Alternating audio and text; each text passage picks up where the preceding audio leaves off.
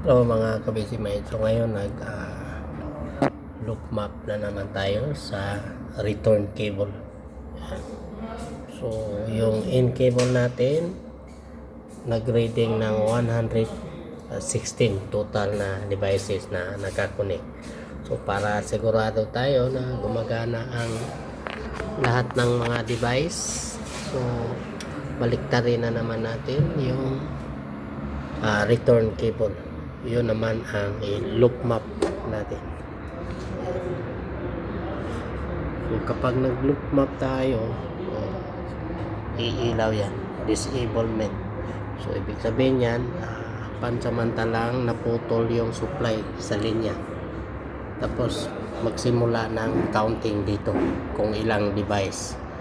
Vice versa ang pag-reading ng device natin para malaman natin kung tama ang wiring connection. Yan. Minsan hindi gagana ang device kapag maluwag, minsan naman ay mag-reading. So yan ang nakakalito sa pag troubleshooting. So dapat maayos ang pag terminate sa bawat cable. Yan. So dito tingnan natin, hintayin lang natin na mag-start ng counting. Kapag nag-allocate tayo ng device, kailangan walang galawin na cable. Yan. Ito ang in cable.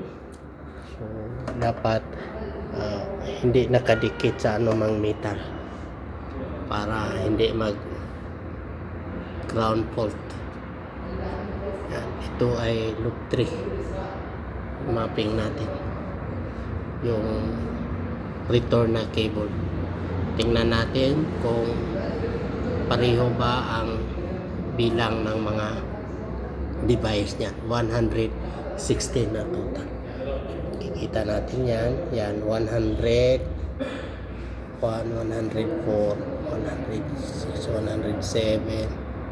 Yan 12, 13, 14, 15, 16. Yan. So, ang reading natin ay 116 sa return na cable. The same, 116 ang total na device nakakonect sa loop na yan. So makikita natin dito allocated device 116,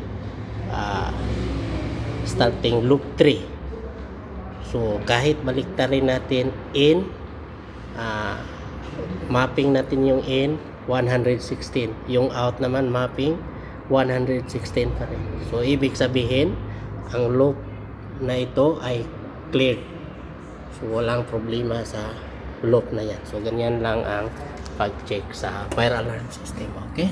Kung may idea din kayo sa mga fire alarm system, pakishare naman sa comment section. Okay? Bye bye mga kabisimay.